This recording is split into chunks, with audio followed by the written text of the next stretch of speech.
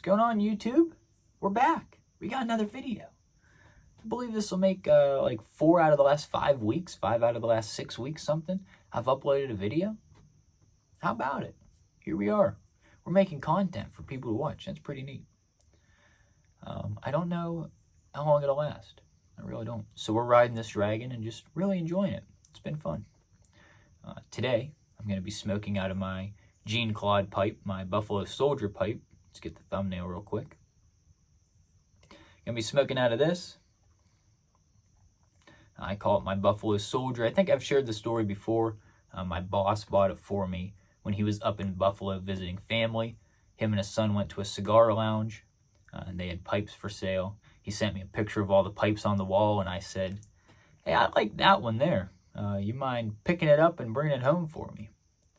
And sure enough, that next day, went to work, and here she is. Today, I'm going to be smoking some Molto Dolce. Some people call it a dessert blend. It's getting ready to fall out of the tin. Some people call it a dessert blend. I would agree. However, sometimes I smoke it at any point during the day, not necessarily just at night or after dinner. Because you can eat dessert whenever you want. Don't let them tell you otherwise.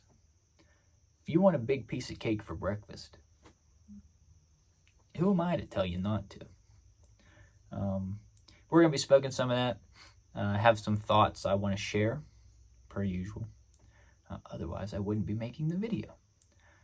So we're going to see where the smoke takes us here, and we'll be right back.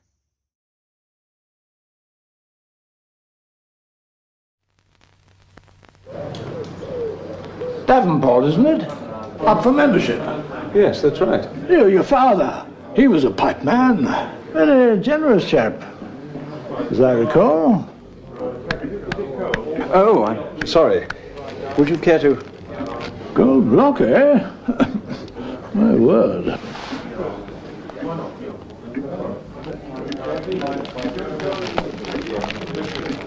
Do you think there'll be any problem with my membership?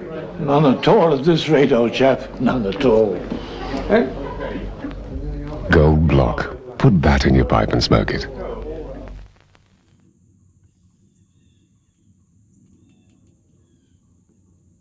All right. There are 3 things in this world that we all must figure out how to navigate and manage: stress, anxiety, and depression.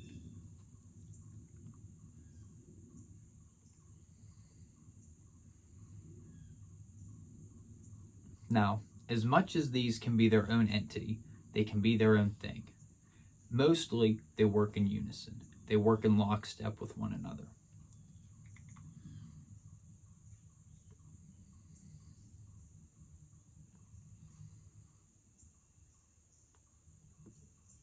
Stress leads to anxiety. Stress and anxiety lead to depression. Depression leads to anxiety. Depression and anxiety lead to stress. You get my point.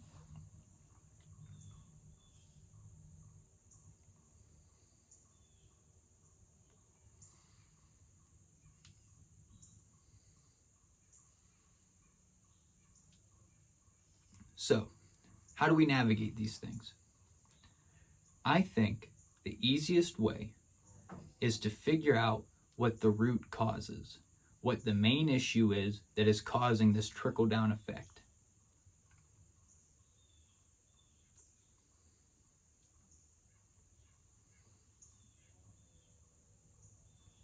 Let's say, for example, you identify stress as your lead factor.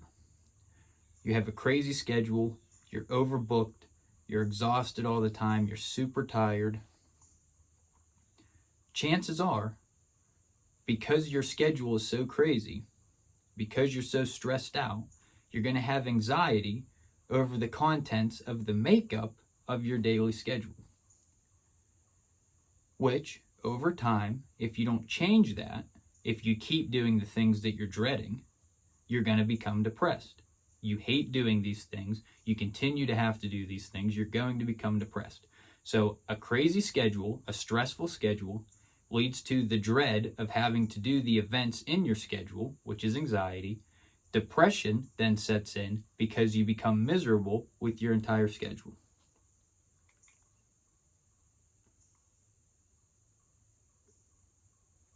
So let's say, for example, this is a more personal example. I went through when I was in school slightly, but it's relatable, I think, to most people.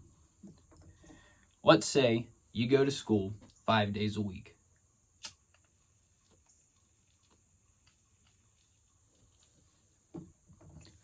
Every 40 minutes to an hour, you go from one subject to another.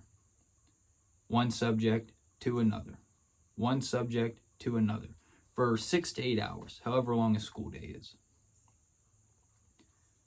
So each hour, you get loaded up with more schoolwork, more homework, more stuff you have to study for, because there's a test at the end of the week or in 2 weeks, whatever it may be.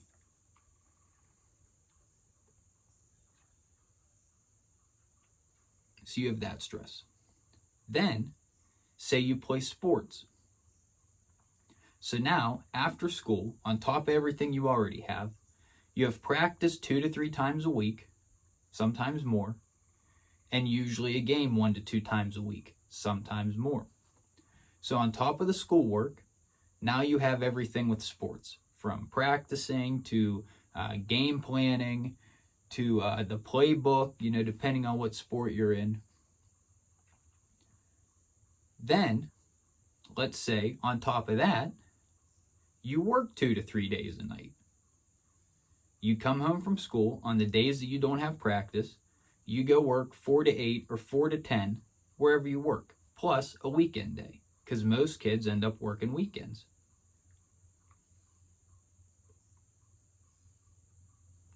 So now, you have all that schoolwork, all that practice stuff with your sports, and all the work-related stuff that you have to do.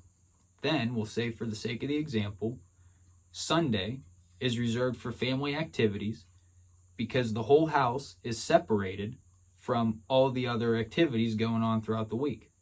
You have practice and work after school every day. Your family wants to see you, so you have to spend all of Sunday with them, which isn't a bad thing. But in this example, all 7 days of the week are completely booked up with different activities: school, sports, work, family. So we look and see these kids, and we see that they have insanely high rates of anxiety and insanely high rates of depression, but nobody's talking about the stress that we're putting on these kids.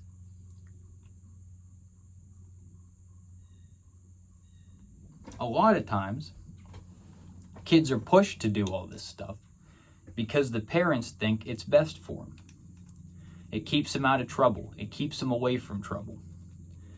But what happens is, over time, and I went through this myself,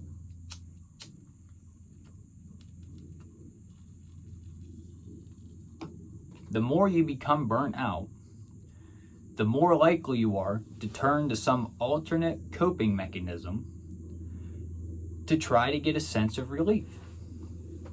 This usually comes from vaping, smoking, weed, or other more dangerous substances.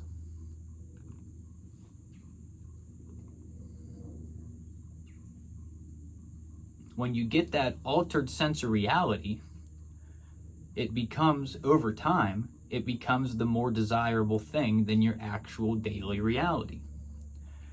That's where the constant usage and addiction comes into play, because you would much rather be in that altered reality than you would in your actual current reality. So you try to mix the two, and it's never a good thing, especially if you're a kid.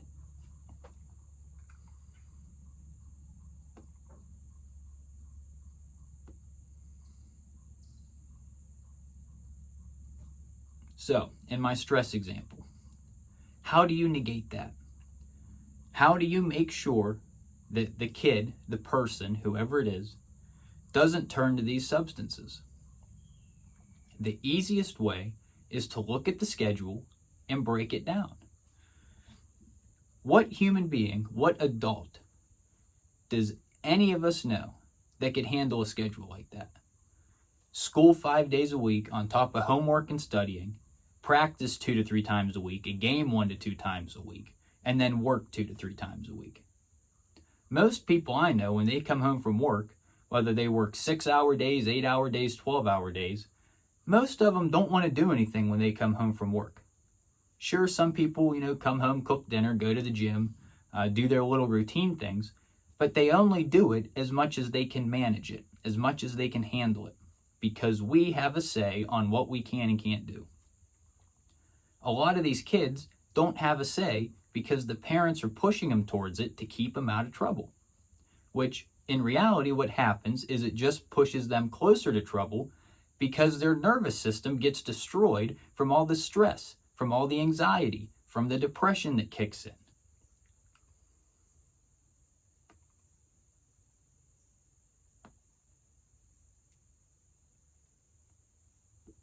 So the best thing to do is break down the schedule. Make it easier. Obviously, you can't drop out of school. I mean, you can, but that's not, what you want to do. So, you have school, sports, and work. If you got to get rid of one, if you had to pick between some, it would be sports and work. Which one's more important to the kid? Would he rather go play sports and chase that, pursue that path? Or would he rather work? Go save up some money, get a car, get a driver's license, go hang out with friends. Which one would he rather do? Let them pick. Whichever one they prefer, let them pick. If they don't want to do sports anymore, if they pick sports and decide they don't like it, let them go work. If they pick work and don't like working and want to go do sports, if they can still get in on the sports, let them go do the sports. But when they don't have a say, when they're forced to do both, it is a recipe for disaster. As some are seeing.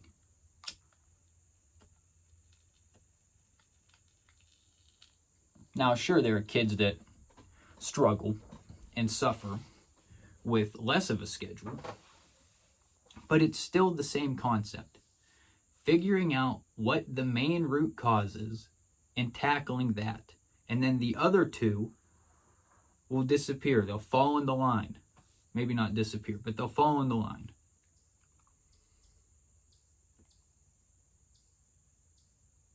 And this is something that follows for all of life. This isn't something that only kids experience. Adults see it too. Now, there are different things that come up as adults. So showing a kid this early, setting the way for the kid to be like, this is what's going on. This is how you break it down. This is what we're going to do to correct this, to fix this, and we're going to let it play out, and you're going to see firsthand the difference between the two.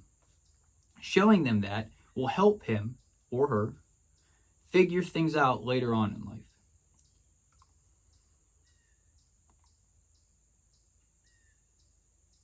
My mom and stepdad, God bless them, at the time I thought they were being a little harsh, but now I see really the greatness of what they showed me. They made me pick. If I wasn't going to play sports, I had to get a job. If I didn't want to get a job, I had to play sports. I had to do one or the other. I picked to work. And it got me everything that I got. Now, I fell into my own little thing, which is separate. But you get the point.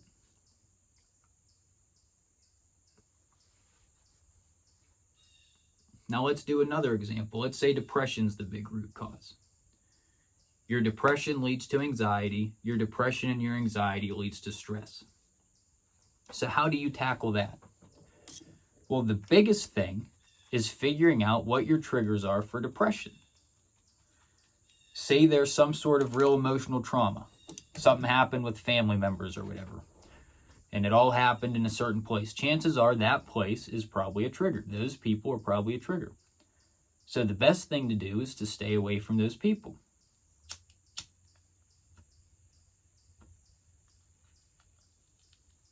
Find things that you enjoy to do and do them. Say you're depressed because your schedule is very small. You have school and that's about it. You don't have very many friends. So you go home, you sit at home from 3:30, 4 o'clock until bedtime, and you don't really do anything. You don't talk to anybody. You just exist.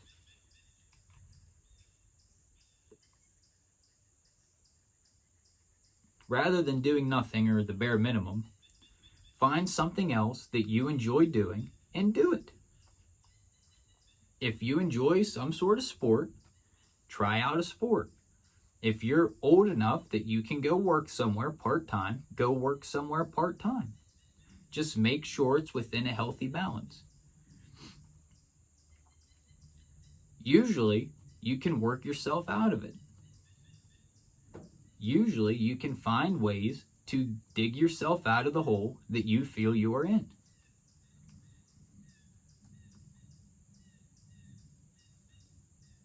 Instead, people go back to these alternate coping mechanisms, these substances that give an altered sense of reality, and that is where the constant usage and addiction stems from. You can't have that. You have to have a natural, healthy way to balance life. Otherwise, you're never going to.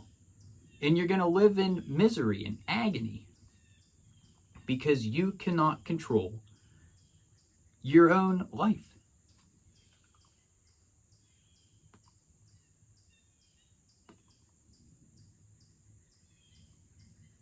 In high school, I wrote a paper. This is before I had ever smoked marijuana or anything.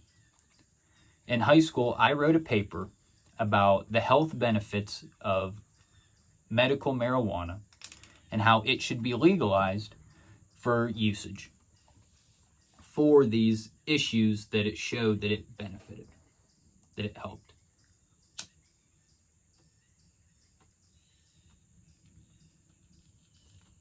Well, now that 14-year-old me, or 15-year-old me, kind of got his wish, and I've aged quite a bit and experienced marijuana usage, constant marijuana usage, and I've seen those around me suffer with it and battle with it as well. It is used almost more as a crutch than it is anything else. A crutch for a leg that's not broke.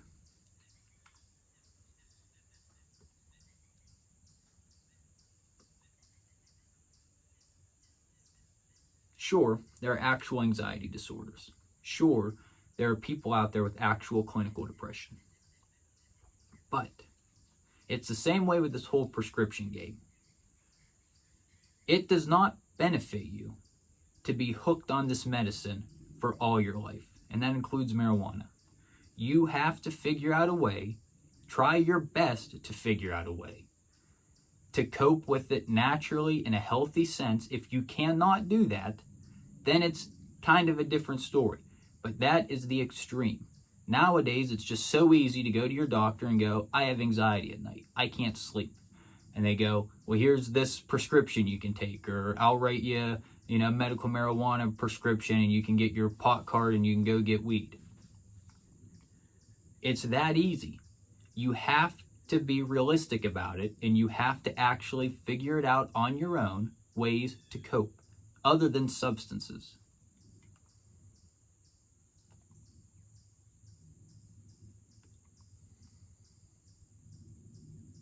If you don't do that, you're never going to figure it out. And by figuring it out, I mean just living life.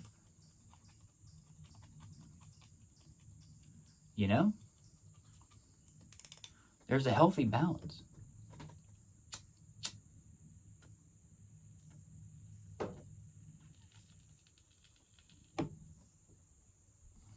I think a lot of people struggle to realize that.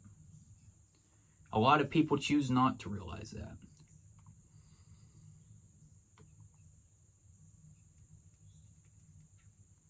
It's easier to walk around with a brace on and tell people you have a hurt wrist than it is to actually focus on healing that hurt wrist.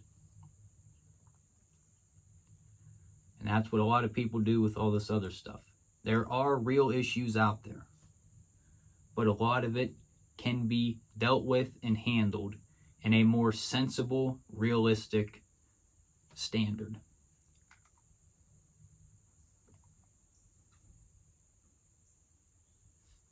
But few people are talking about it.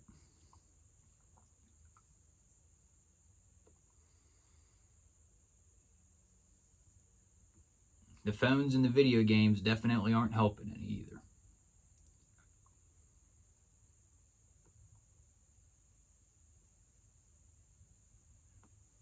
You say you can't sleep at night, but you just spent the last 4 hours of freedom that you had playing Xbox or playing PlayStation or scrolling on your phone, soaking up that blue light, stimulating your brain. You have to have that come down time. You have to have that time to relax and wind down.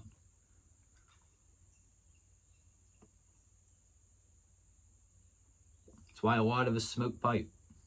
Gives you that time, that 15 to 45 minute window to just sit and think. Focus on smoking your pipe.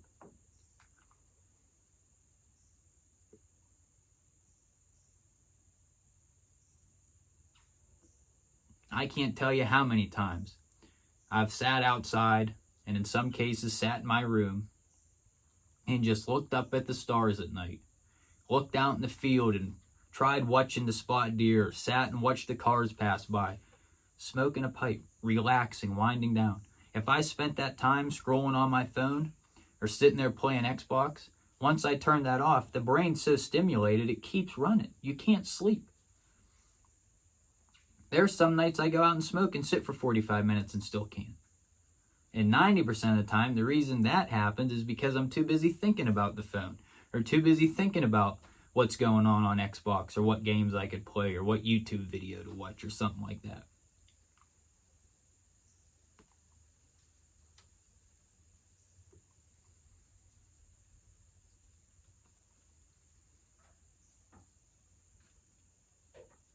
You have to give yourself enough time to breathe.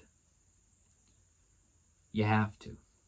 You can't just take a pill and keep your schedule going and go, oh, well, the pill's not working, I'll up the dosage. No, you can't do that. That does not work. In due time, even if it works for a little bit, you're going to have to up that dosage again because your body's going to get used to it.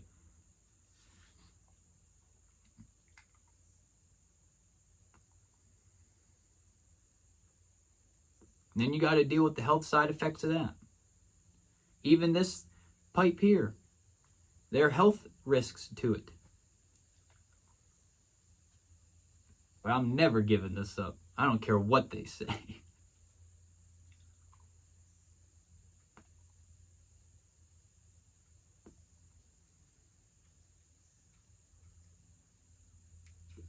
I don't know. I don't know, people.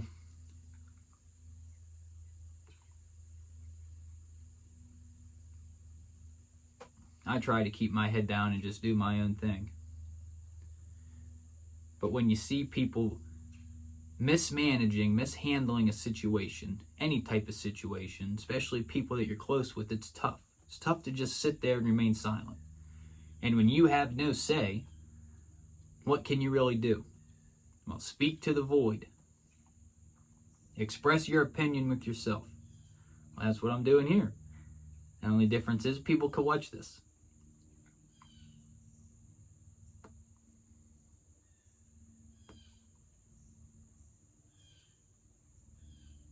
You got to break that schedule down. You can't let the alternate coping mechanisms be normal and allowed.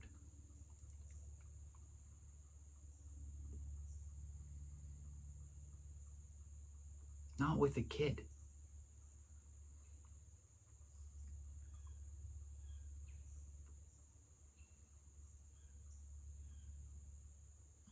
But in a sense, we're all guilty of it, especially with the younger ones, because today's world, you don't know. You got to be careful. You see, suicide rates are through the roof, so you got to be careful. But at the same time, you got to play tough ball. You got to play hard ball here.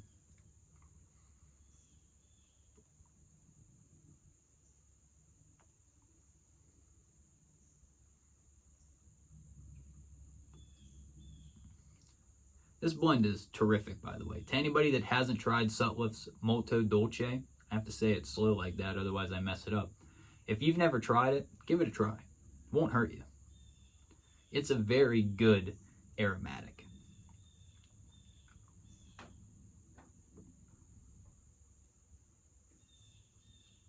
This blend here and their other blend, Barbados Plantation, which was in my previous video. I smoked in my previous video.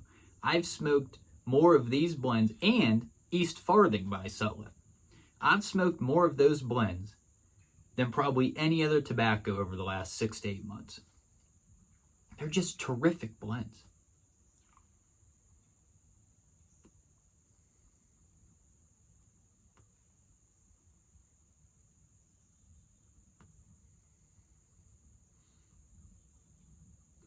But I think that's it.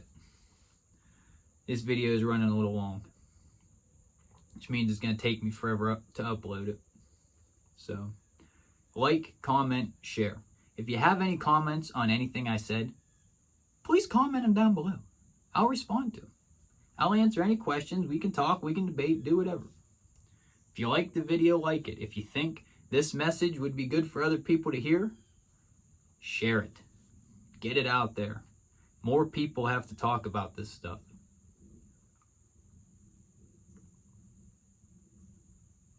The more this stuff becomes normal, the coping mechanisms, the worse off we are. We got to change it. We have to change the new norm. So, like, comment, share. Do what you do. Thanks for watching. We'll see you later.